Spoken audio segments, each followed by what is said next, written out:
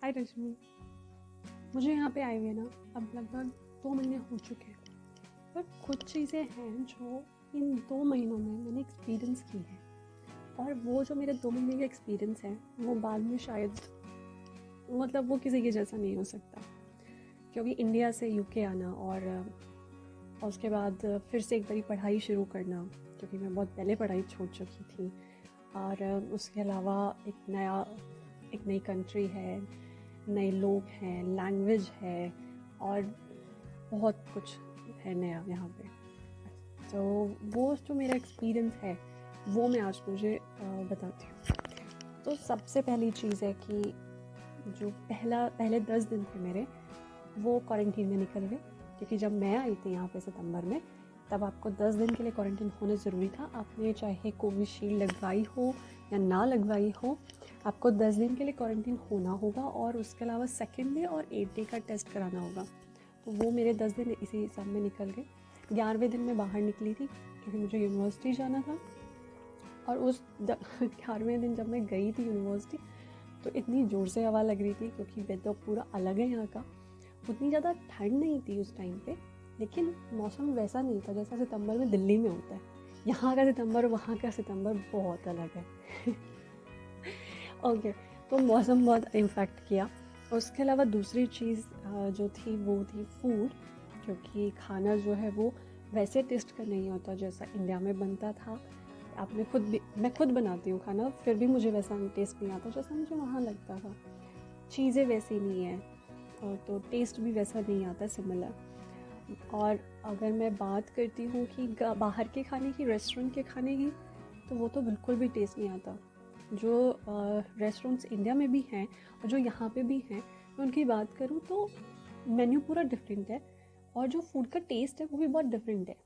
तो वो सबकी आदत नहीं है, तो इसलिए वो बहुत नहीं, बार मुश्किल होता है आपको उस चीज़ के साथ एडजस्ट करने में। चीज़ है लैंग्वेज। मैं यहाँ रह रही हूँ नॉर्थ ईस्ट इंग्लैंड में। यहाँ का जो एक्सेंट है ना वो थोड़ा अलग है। तो जब मैं यहाँ पे आई थी, तो स्पेशली फ़ोन पे अगर किसी ने मुझे फ़ोन किया है, अब मैंने किसी को कॉल किया है, तो मुझे उनकी लैंग्वेज समझने में बहुत दिक्कत होती थी। सामने उतना नहीं होता था, लेकिन अगर कोई फ़ोन आया है तो मुझे बहुत दिक्कत होती थी।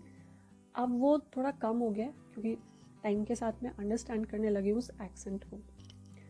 उसके अलावा ट्रैवलिंग, मुझे ऐसा लगता है कि यहाँ पे जो ट्रैवल है, चाहे वो बस हो, चाहे वो मेट्रो हो, चाहे वो टैक्सी हो, अभी कार नहीं, मुझे तो महंगा लगा, क्योंकि मैंने तीनों में ट्रैवल किया और तीनों में ही ऐसा लगा कि नहीं, महंगा है।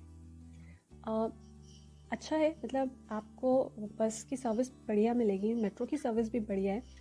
टैक्सी, मुझे ऐसा लगता है कि ऊबर की सर्विस यहाँ पे है मगर कम है। यहाँ पे और भी टैक्सीज अवेलेबल है, तो वो ले सकते हैं। पर अगर मैं बात करूँ तो ट्रैवलिंग महंगी है, पर बस और मेट्रो ज़्यादा कन्वीनियंट है अगर आपके पास अपनी गाड़ी नहीं है तो। उसके अलावा अकोमोडेशन, ओ गॉड, लेकिन जब मेरा क्वारंटीन पूरा हो गया और उस टाइम पे, क्वारंटीन के टाइम पे ही मैं अकोमोडेशन ढूंढ रही थी, मैं घर ढूंढ रही थी बेसिकली, क्योंकि मुझे यूनिवर्सिटी अकोमोडेशन नहीं चाहिए था, तो मुझे नहीं मिल रहा था। बहुत ही ज़्यादा मुश्किल हो गया था फ्लैट हो।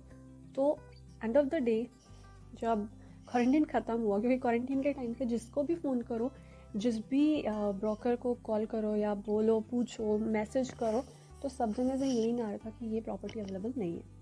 पर जब बाहर निकले, जो लेटिंग एजेंसीज़ हैं यहाँ पे, उनके पास गए, तो हमें उसी दिन एक घर मिल गया था और उसी दिन फाइनल भी कर लिया था। तो ये जो चीज़ें थी, ये मेरे फर्स्ट मंथ में मैंने एक्सपीरियंस की थी बेसिकली।